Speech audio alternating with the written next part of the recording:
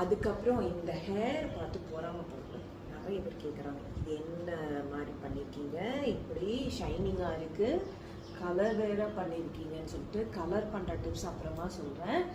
இந்த ஹேர் எப்படி சாஃப்ட் ஆச்சு அப்படின்னா, ஆக்சுவலாக எனக்கு இந்த ஹேரே கிடையாது. அதாவது இந்த மாதிரி ஷைனிங்காகவோ ஸ்ட்ரெயிட் ஹேராவோ இந்த மாதிரி ஃபாலிங் ஹேராவோ எனக்கு இல்லவே இல்லை. பட் ரெகுலராக நான் வந்து எனக்கு பார்த்தீங்கன்னா ஒரு கட்டத்தில் பார்த்தீங்கன்னா அந்த சாய்பாபா மாதிரி முடி ரொம்ப இருக்கும், அப்படி கேர்லி ஹேர், பயங்கர கேர்லியாக. நான் என்ன பண்ணாலும் என்ன ஹேர் கட் பண்ணாலுமே நல்லா இருக்காது. பட் இப்போ வந்து அப்படியே சும்மா இந்த மாதிரி எல்லாம் பல ஆட்டினதுக்கப்புறம் பார்த்தீங்கன்னா என்ன மாசா என்ன ஹேர் ஸ்டைல் பண்ணாலும் ரொம்ப அழகாக இருக்குது. இது யார் பண்ணலாம் அப்படின்னா, கேர்ள்ஸும் பண்ணலாம், பாய்ஸும் பண்ணலாம். ஆல்ரெடி நான் நிறைய டிப்ஸ் சொல்லியிருக்கேன், கேட்காதவங்களுக்கு வந்து திருப்பி அகெயின் நான் சொல்கிறேன். ஆலிவ் ஆயில் தான் நான் சொல்கிறது. ஆலிவ் ஆயில் இல்லைன்னா விளக்கெண்ணெய் இல்லைன்னா தேங்காய் எண்ணெய், நல்லா திக்கா செக்கில் ஆட்டின எண்ணெய், நல்ல விஸ்காசிட்டி இருக்கணும், கொலன்னு இருக்கணும். அந்த மாதிரி ஆயில் தான் எனக்கு வேணும். ஸோ ஏதோ ஒரு ஆயில் எடுத்துட்டு ரெகுலரா ஹேர்ல அதை சும்மா இப்படி தேய்ச்சிப்போம். எல்லாரும் வந்து என்ன பண்ணுவோம், இப்படி தேய்ப்போம். அப்படி தேய்க்கக்கூடாது. ஒரு சிங்கிள் ஸ்ட்ராண்ட்ஸையும் எடுத்து, பாயா இருந்தாலும் சரி கேர்ளா இருந்தாலும் சரி, சிங்கிள் ஸ்ட்ராண்ட் எடுத்து இப்படி தேய்ச்சி கீழே கொண்டு வரணும்.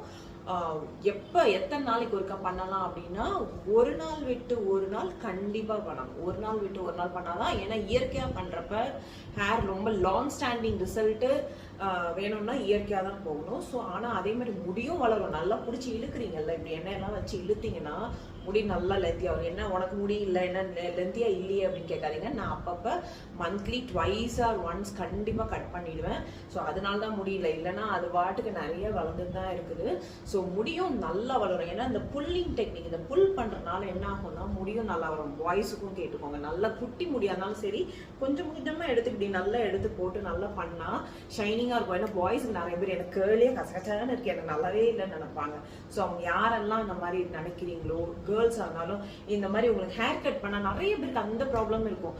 ஹேர் கட் பண்ணால் எனக்கு வந்து இப்படி முடியெல்லாம் தூக்கிட்டு நிற்குது, எனக்கு அந்த மாதிரி ஸ்டைலாகவே நிற்க மாட்டேது அப்படின்னு நினைக்கிறவங்க கண்டிப்பாக இந்த ஆயில் ஸ்பா, ஏதாவது ஒரு ஆயில் விஸ்காசிட்டி உள்ள நல்ல ஆயில் எடுத்து ரெகுலராக ஆயில் ஸ்பா இப்படி பண்ணிட்டே நீங்கள் வச்சுக்கோங்க. முடியல எண்ணெயை போட்டு தேய்ச்சி ஒரு நாள் டு ஒரு நாள் டபுள் வாஷ், ஷாம்பு வாஷ் பண்ணிட்டீங்கன்னா இந்த மாதிரி முடி பெர்மனண்ட்டாகவே எப்பயுமே இந்த மாதிரி ஷைனிங்காக ரொம்ப அழகாக இருக்கும்.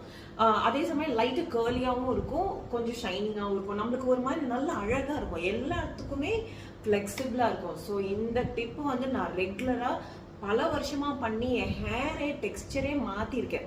ஸோ கண்டிப்பாக நான் வந்து யூஸ் பண்ணுறதை மட்டும்தான் நான் சொல்கிறேன். ஸோ நீங்கள் ட்ரை பண்ணி பார்த்துட்டு எனக்கு எப்படி இருக்குன்னு சொல்லுங்கள். இந்த ஷைனிங் உங்களுக்கும் கிடைக்குதான்னு சொல்லுங்கள். ஸோ இன்றைக்கே ஸ்டார்ட் பண்ணுங்கள் ஆல்டர்னேட்டிவ் டேஸில்.